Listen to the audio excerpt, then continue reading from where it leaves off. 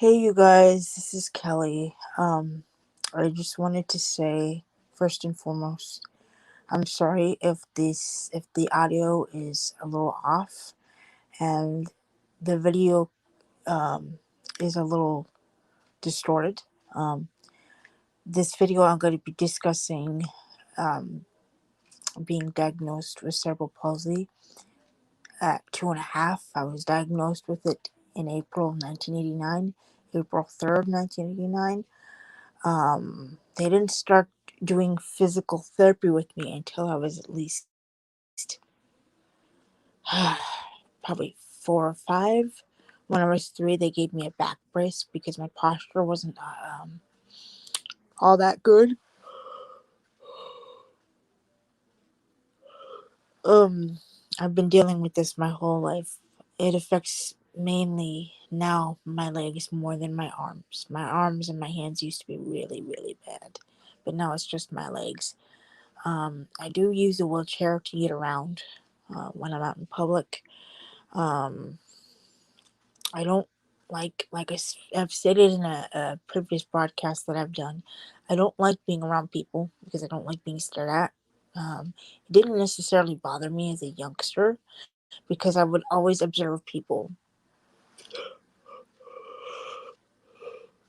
all the time. Observe them, get to see why they do what they do, or where they're going, or how they handle life. That was me being younger, but as an adult now, I don't tolerate being around people. I'd rather keep my own company.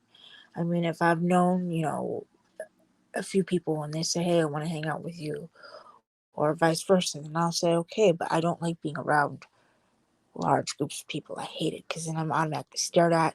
Nobody comes to ask me questions. It's always somebody else who is close to me, and I absolutely hate that because it's been happening my whole life. People have always been asking questions in regards to me. I remember being about 5 or 6, and this one person had asked my father, mine and my stepfather, father, "Why is she in a wheelchair? How come she can't walk?" And this is not to offend anyone, okay? This was just to get the person to stop asking the question because this person wouldn't shut up. But this is what my dad said. He's like, "Well, when she was little, I used to I threw her against the wall," and they looked at him all mortified and terrified half to death because they thought that that's what he really did. But it was to get them to stop because they were being ignorant, and they wouldn't ask me the question. They wouldn't come to me and say, "Hey, how come you're in a wheelchair?" or "How come you can't walk?" Um, so that was to throw people off. When I was 9, I was diagnosed with scoliosis. Okay, I've not had back surgery. I was when I was 6, specialists up in Seattle, near Seattle, were like, "Well, we can give her the chance to walk like a normal kid. We can make that possible." And mine and my sister's father was like, um, "I know you want to do that, but for me, that's not necessarily. I don't feel comfortable doing that because if something were to happen to her, somebody would be getting sued. So when she becomes older and she tells me that that's something she wants to do, then I will let her do it. But for right now, as her parent, I will not allow anybody, to make that as a suggestion for me, as a suggestion for my child. I am her father. I will make the medical decisions for her since she is not able to make them or speak about them. I have that right as a parent. And then I went from getting diagnosed with scoliosis to getting splints, leg braces. I have those. I haven't worn them in over, oh, since 2002. I'm in the process now of possibly getting a little bit of arthritis in my hands. I can't deal with cold weather very well because it makes my knees, my whole lower part of my body get really tense and I can't move. My hands they're not as bad as they were uh, when this first started. but I can't grip anything real well. So I could possibly get rheumatoid arthritis or just arthritis in general. Um, my dad had it. My uncle Chuck has it. Auntie Marlene has it. Um, so I mean, it's been an ongoing thing for me. This has been. Uh, it's not necessarily hard to deal with. It's just that now I'm dealing with a lot of back pain. I have to constantly move around. If I don't move around, I'm laying down like I am right now. Sorry, I'm yawning so much, but I figured I want to get this video out before the end of March because March is Cerebral Palsy Awareness Month for people who have cerebral palsy. Um, this is not to self-diagnose anyone. This is not to criticize anyone. This is just me expressing how I've dealt with this whole disability my whole life. Um, I'm 34, almost 35 years old. I've had it my whole life. I've gotten questions from people, but they don't ask me directly. They'll go to the next person that's closest to me and ask when they're too chicken shit to say, hey, how come you're in a wheelchair? Or how come you don't walk? Or how come you don't use a walker or your splints?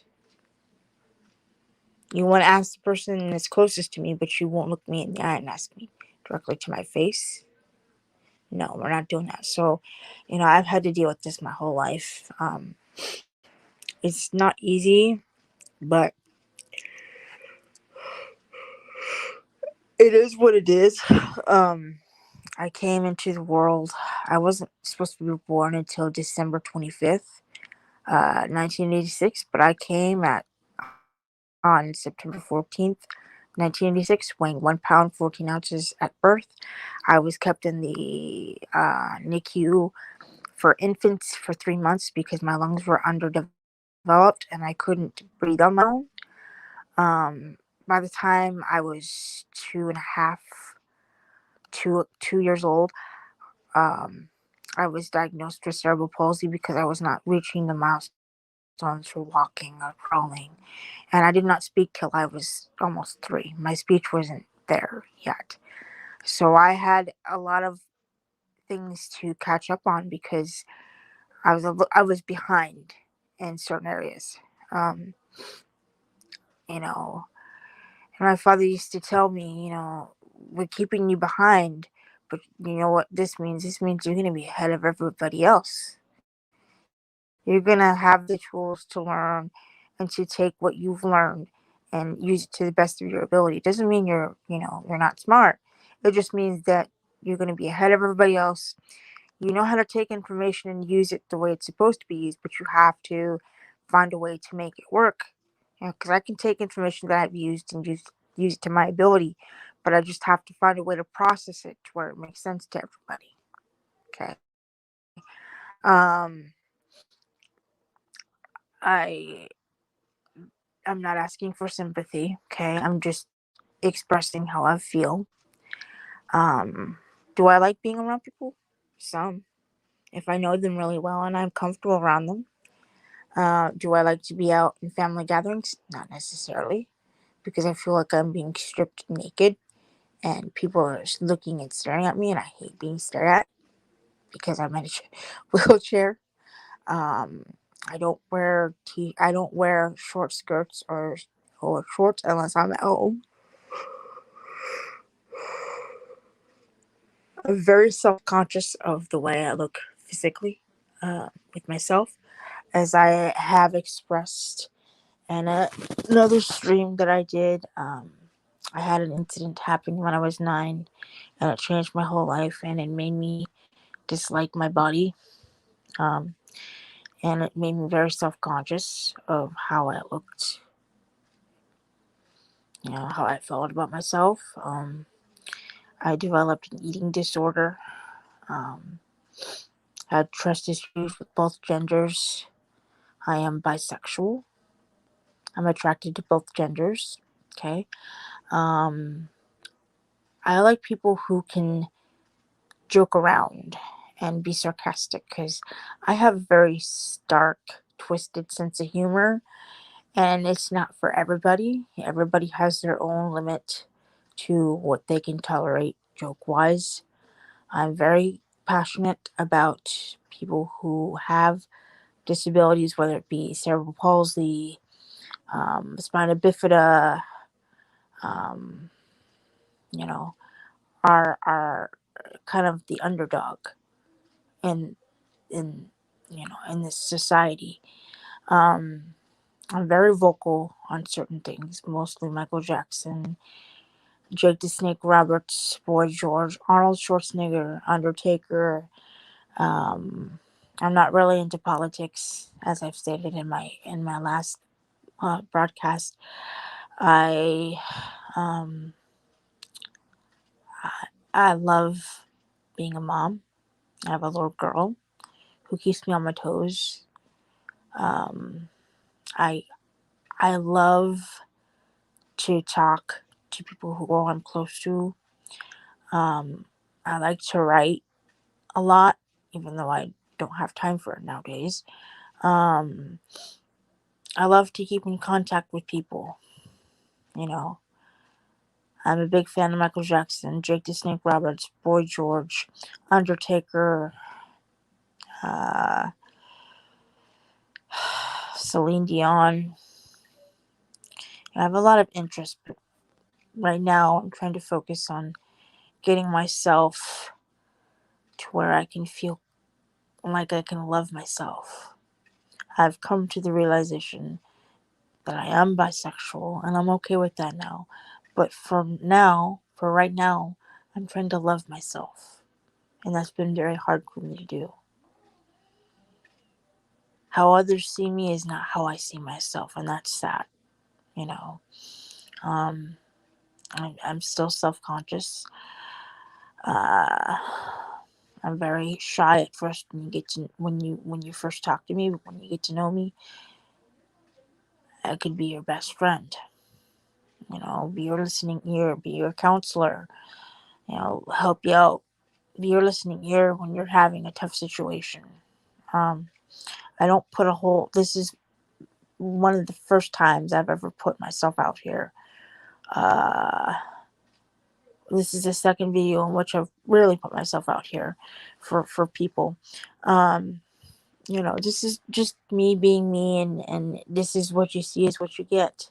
A lot of the time when I went to high school, I went to WF West and then I went to Enterprise High.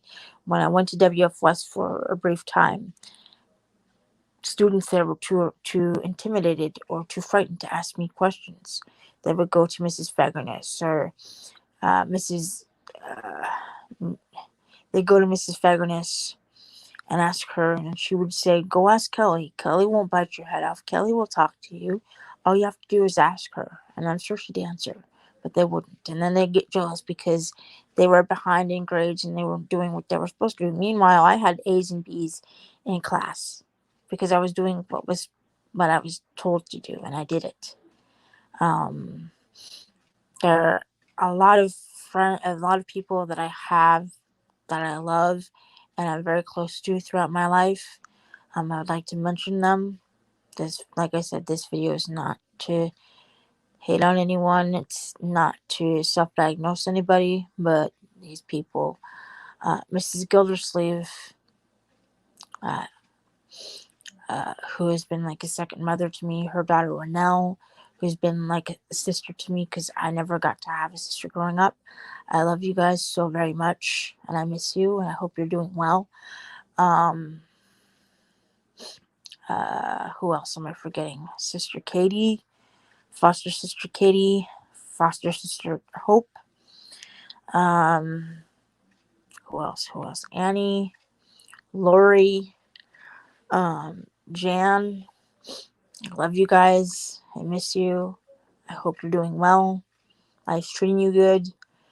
Mr. Beardman, Mrs. Fagerness. There's a lot of people. Um, I figured I'd just give a quick shout out and tell everybody hi and that I miss you and I hope you guys are doing well.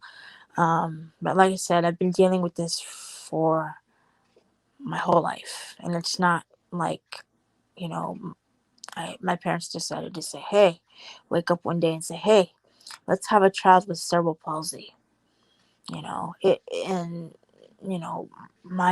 our dad was my cheerleader. He said, you do anything you want, okay? And I'll be right here with you. You want to go to college? Go for it. You want to become a lawyer? Go for it. Anything you want, you can do. And I still want to do things, but I need to work on loving myself and being comfortable with the way I look, because I'm not comfortable with the way I look. Um, I have to get used to the fact that I'm going to be aging, having my hair uh, turn gray and white, and that's part of the aging process. I'm just trying to work on myself and get myself to where I won't be so isolated and shut off from everyone, because that's my way of protecting my energy and protecting myself from getting hurt. Because when I was younger, I used to love being around people, talking to people, getting to read their energy and know how they are when they're around people. Now, as an adult, as an older woman, I don't like being around people. I absolutely can't stand it. If someone were to come to me and say, hey, Kel, come hang with me, come have lunch, come do something, you need to get out of the house for a bit. I love doing that, but I don't like being around crap loads of people. I get anxious. I get uncomfortable. A whole bunch of stuff. But this is just me explaining what I've had to deal with having cerebral palsy. You know, um, it gets harder as you age. Okay, and it's sad that a lot of the time, um, you ask questions and there's not a whole lot of people that can answer it for you, because everybody deals with cerebral palsy differently. Like I said, this used to affect my arms and my hands really bad. It's mainly my legs more than anything else. And I hate the way my legs look. I can't stand it, to be quite honest. And I know that's hurtful and kind of shocking for people to hear, but that's how I feel. And right now, like I said, I'm trying to focus on myself, loving myself, being comfortable with aging. Um, and everybody goes through that process.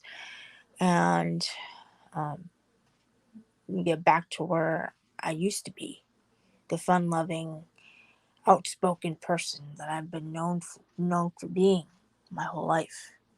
Um, I hope this wasn't too long for some of you. If it was, I'm sorry.